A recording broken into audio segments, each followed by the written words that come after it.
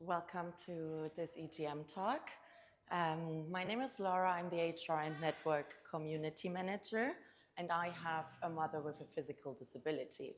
So when we talk about physical disability, obviously we have a very wide range. And in the case of my mom, she has a dislocation of her left foot. So instead of having them parallel, hers is positioned like this. And it results in the fact that she is limping while walking, has a problem with her balance, and especially when it comes to sports, it's not something that she can easily do. And in this area, she's handicapped. And when I was younger, I didn't really realize that this is something that is different from other people. For me, it was kind of normal that certain things, my mom was never the one that she did this with us. So yeah, it took me some time. And it also, like the title of the session, Why Does My Mom Walk Like This? It's something that has been be part of my life for quite a long time because I got asked this question quite a lot.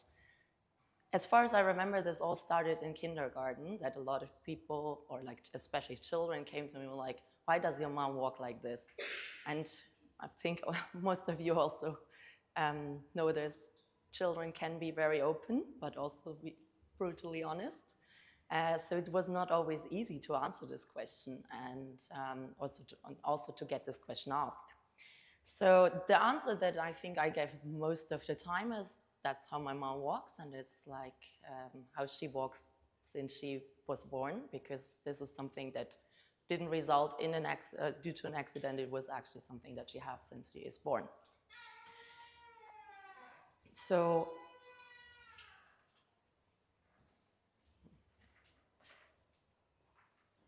yes, it really is like when we talk about this and when we see someone with a physical disability, obviously people are not in the norm that we see as a healthy person. So she stands out from society. You will realize it very easily when she would walk into this room, you would see that she is different. But I also have to say that she can do a lot of things as every other person. She studied, she has a job, she has 2 children. But I think for myself, it is still something that made me also independent. Because, for example, when my brother was born, he's 1.5 years younger than me.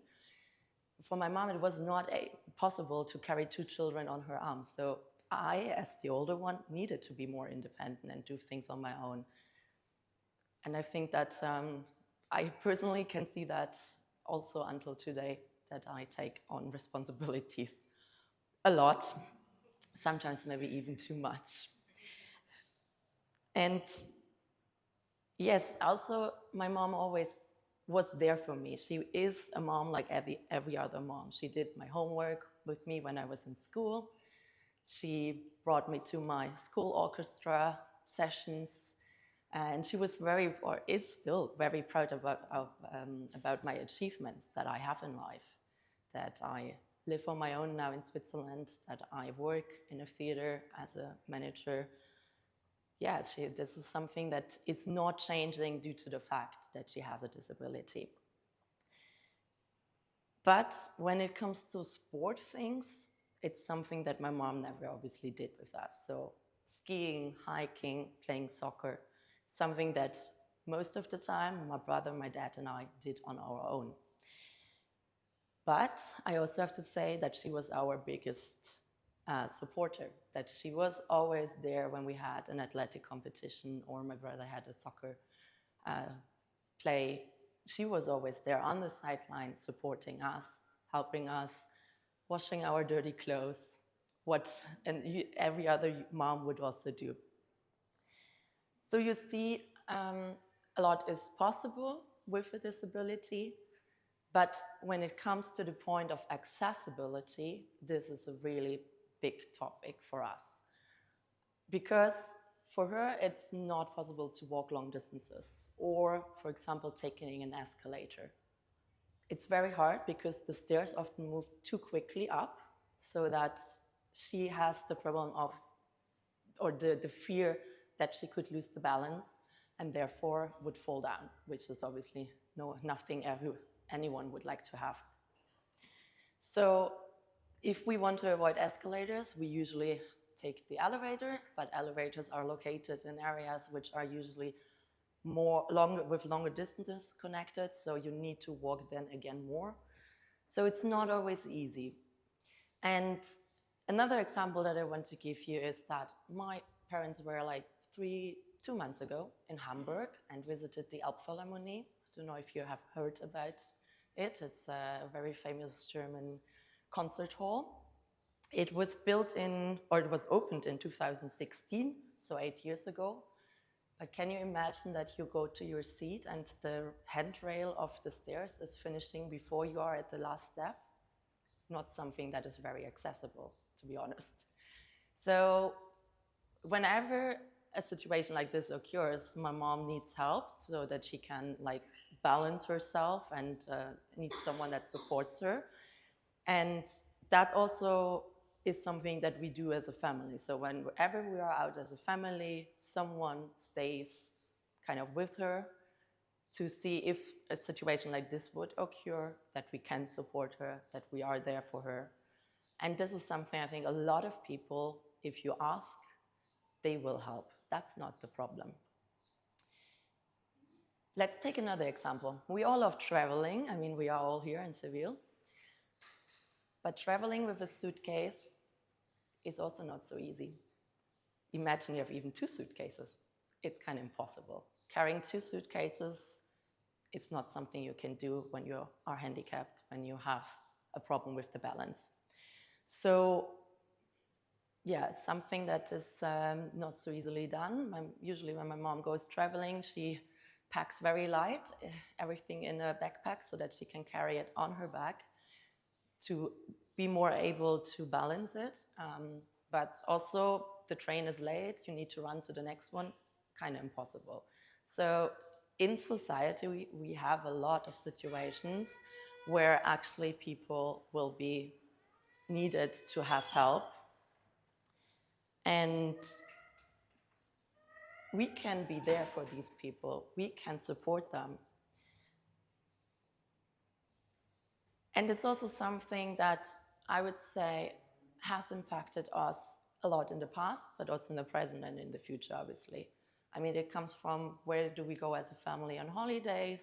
Obviously, we never went skiing together, but we traveled also to, for example, Italy and had great holidays.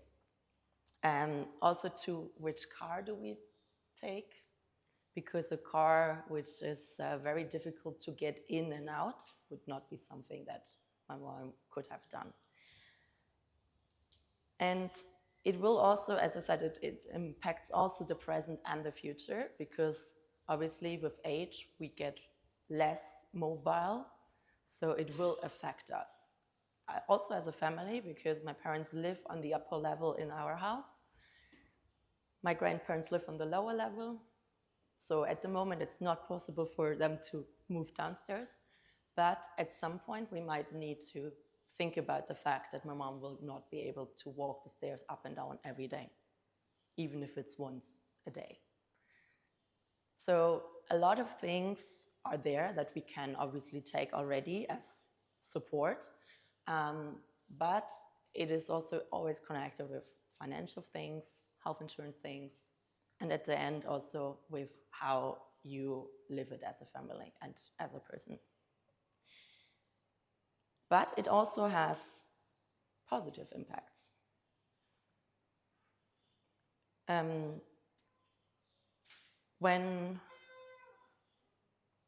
So my mom stopped cycling when I was, I would say, 12, because she was afraid of losing the balance. Now, 3 years ago, she got a recumbent e-bike. It has 3 wheels, 1 in the front, 2 in the back, and you're kind of sitting in it while cycling. And I would never have imagined that my parents do a bike tour from the middle of Germany to the North Sea, around 350 kilometers in 10 days. It was very impressive for me. It's something that I really never thought my parents would do. And from the point, or from day one that they started, it was also something that every day we were like all checking, how's my mom? Is she still okay? I mean, yes, an e-bike helps with, so that you don't need so much of like physical strength, but doing that in 10 days is very, for me, really impressive, I have to say. And I have a colleague. He has a very similar disability than my mom. And he once came to me and was like, how is it to have a mother with a disability? Is it something that affects you a lot? Is it something that impacts you? And yes, it does. I would never go on holidays with my mom hiking. I mean, I live in Switzerland. It's beautiful countryside. Hiking is a big thing. But also going up with the cable car to 3,000 meters and having the view is something very impressive. And the first time that we did that, my mom was very moved to be able to do this, obviously without the hiking part, but still get most of the experience that other people would get in a different way.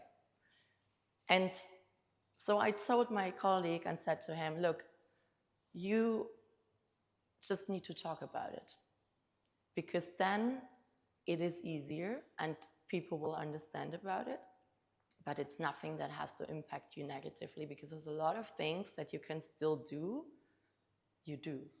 And it will also, certain things I would say I appreciate maybe more when I can do them with my mom together, because I know that other things are not possible.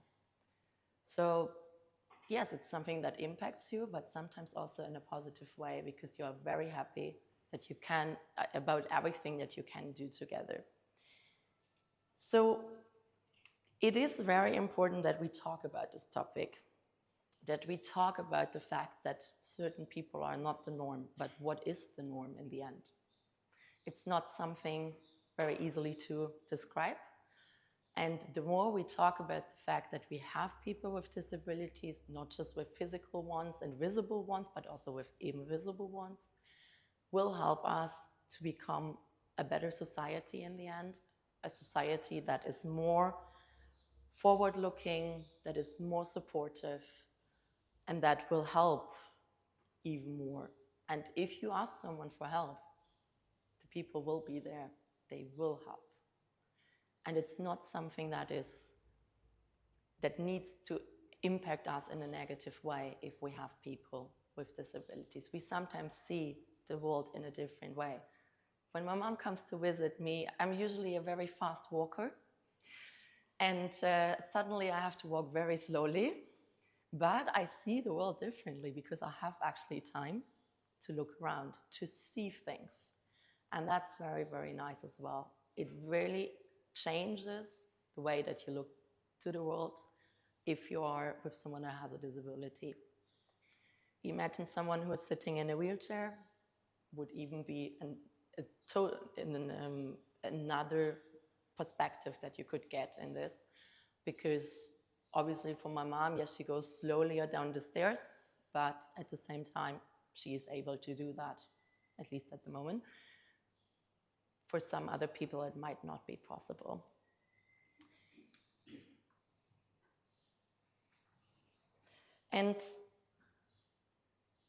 But on the other hand, yes, certain things are impacted also in a negative way. I don't want to just say it's all positive. Still, we can make a change when we are supportive, when we are talking about this topic, and when we are working on this. And I think this conference is one of the main, or like a big, big step forward to becoming a better society, to be able to have so many different people from so many different countries together that talk about these topics, because obviously things are also different in each country. And it's very important that we make it possible for also these people to go abroad, to travel, to get the experiences that we get, just in a little different way. And when we look to things that we can do in ESN, I mean, we do a lot of events, and yes, not everything is accessible, but if we start thinking about it and maybe adding, for example, an accessibility part in our event descriptions, it's something that is kind of easily done, but it would be very, very helpful. At the same time, each university, each country, city have like offices, have institutions that are working for disabled people. Reach out to them, check with them how you can better support them and what you can do, how you can organize events. It's not that we need to organize events, also fine if we do that, but it's not just that we do special events about disabilities or where disabled people are sharing their knowledge, but it's also about the fact that we have to do our events that we do on a daily basis and open them for everyone that is included. So I believe that in some days, if we keep on talking about this topic, if we keep on moving forward step by step, if we keep on improving, it will actually be an inclusive society, and people like my mom will not stand out anymore. Thank you very much.